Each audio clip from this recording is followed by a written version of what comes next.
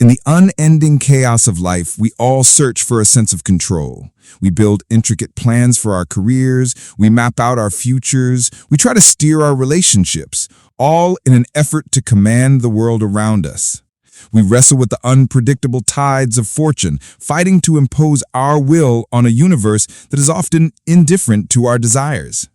But what if this entire approach is flawed? What if the true path to mastering everything outside of you begins and ends with the complete mastery of the world within you? This was the foundational belief of one of history's most formidable figures, a man who was more than just a warrior. He was a force of nature, an undefeated duelist in over 60 contests of life and death, a philosopher who saw the world with piercing clarity, an artist whose brushstrokes carried the same focus as his blade. His name was Miyamoto Musashi.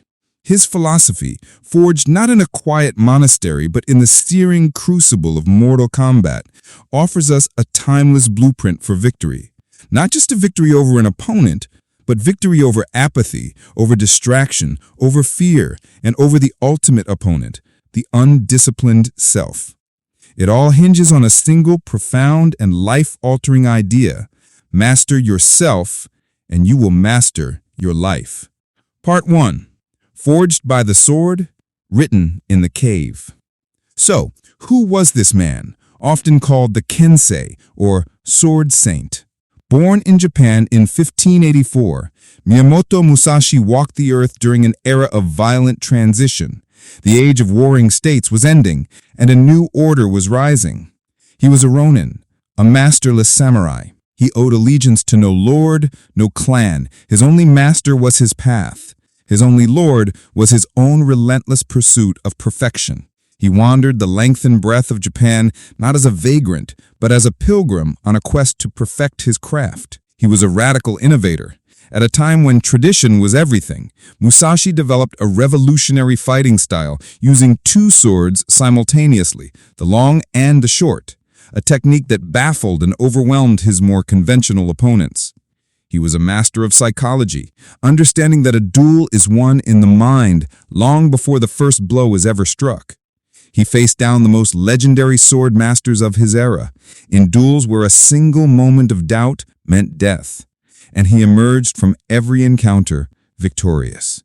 But his story does not end with the clang of steel. In his later years, Musashi's journey turned inward. He put down his swords and picked up an ink brush. He retreated into the solitude of the Rigando cave, and there, as his life neared its end, he poured all of his accumulated wisdom into a single immortal text, Gorin no Sho, or the Book of Five Rings. This book was not merely a manual on how to wield a sword. It was his ultimate legacy, a guide to strategy, a treatise on human psychology, and a spiritual map for anyone in any walk of life who seeks true mastery. He had discovered a universal truth, that the principles used to defeat a man with a blade are the very same principles needed to defeat our own internal demons. The fear that paralyzes us, the doubt that undermines our resolve, and the anger that clouds our judgment. It is in this translation from the battlefield to the inner self that his wisdom becomes eternal and more relevant to our noisy modern world than ever before. Part 2. The Five Rings of Self-Mastery. Musashi's philosophy is not an abstract theory. It is a practical guide. It can be understood through 5 core principles, 5 interlocking rings of power that support a life of purpose, clarity, and unwavering strength. The first ring, discipline and consistency. Musashi's most famous words on this subject are simple and stark. You can only fight the way you practice. He knew that mastery is not forged in a single moment of inspiration. It is built day by day through the quiet, unglamorous, and often monotonous act of repetition. It is the cultivation of a deep and abiding self-discipline, focusing on small, consistent actions that compound over time into monumental change. Think of a blacksmith forging a sword. It is not one mighty blow that creates the blade, but thousands upon thousands of precise, intentional strikes. Each strike, by itself, seems insignificant, but together They transform a rough piece of iron into a masterpiece of strength and sharpness. This is the nature of discipline. It is the daily hammer strike on the anvil of your own character. Musashi also gave this critical advice: do nothing which is of no use. In our modern age, an age defined by the siren call of infinite distraction, this is a radical and rebellious act. It is a declaration of war against the trivial. It means taking a fearless inventory of your life, your screen time, your daily habits, your social obligations, your mental chatter, and asking a simple question: does this serve my purpose? Discipline is not about punishment. It is the art of strategic subtraction. It is cutting away the dead weight so that your spirit can finally soar. The second ring: adaptability and fluidity. In the Book of Five Rings, Musashi uses the element of water to symbolize the highest form of strategy. Water, he observed, is the ultimate master of adaptability. It has no fixed shape. It effortlessly molds itself to any container it enters. It can be soft and yielding, flowing gently around any obstacle. Yet, given time, its persistence can carve canyons through solid rock. Musashi taught that a rigid mind is a fragile mind. A person who clings to one plan, one method, or one belief system is like a dry, brittle branch. When the winds of change blow, and they always do, that branch will inevitably snap under the pressure. Rigidity leads to failure. A fluid, responsive approach, however, ensures not just survival, but success. Life is, by its very nature, unpredictable. Your career will take unexpected turns. Your plans will be disrupted. New challenges will emerge from nowhere. The fluid mind does not rail against this reality. It embraces it. It does not ask, "Why is this happening to me?" It asks, "How can I use this? How can I flow with this new current instead of fighting it?" To be like water is to be unconquerable, because that which is formless cannot be broken. The third ring: mental fortitude and clarity. For Musashi, the truest and most dangerous battle was never against the man standing before him. It was against the trinity of internal opponents: the fear that whispers of failure, the doubt that undermines your ability, and the anger that clouds your judgment. He dedicated his life to achieving a state of mind the Japanese call mushin, which translates to no mind. This is not, as it sounds, a state of empty-headedness. It is the opposite. It is a mind so perfectly clear, so free from the clutter of ego and emotion, that it operates like a flawless mirror, reflecting reality exactly as it is. It is the mind of pure presence. Mushin is that state of ultimate flow, where action becomes effortless and instinctual. You have practiced your craft so relentlessly that you no longer need to think about what to do. Your body simply knows. It is the musician who becomes one with their instrument, the athlete who sees the game in slow motion, the artist who acts as a conduit for creation. This state is achieved by mastering your emotions, not by suppressing them, but by observing them as they arise, acknowledging them, and letting them pass without allowing them to take control. This inner calm, this mental quiet, is what allows for calm, precise, and brilliant decision-making, especially when the pressure is at its highest. The fourth ring: detachment and simplicity. Miyamoto Musashi lived a life of stark minimalism. He owned few possessions, had no permanent home, and sought no titles or official rank. He understood a profound spiritual truth: the more things you are attached to, the more vulnerable you become. Your attachments are the handles by which the world can manipulate you. Attachment, whether to material possessions, to social status, to the opinions of others, or even to your own accomplishments, is a poison to the spirit. It clouds your judgment because it introduces the fear of loss. It weakens your resolve because your decisions become tainted by a desire to protect what you have rather than a drive to do what is right.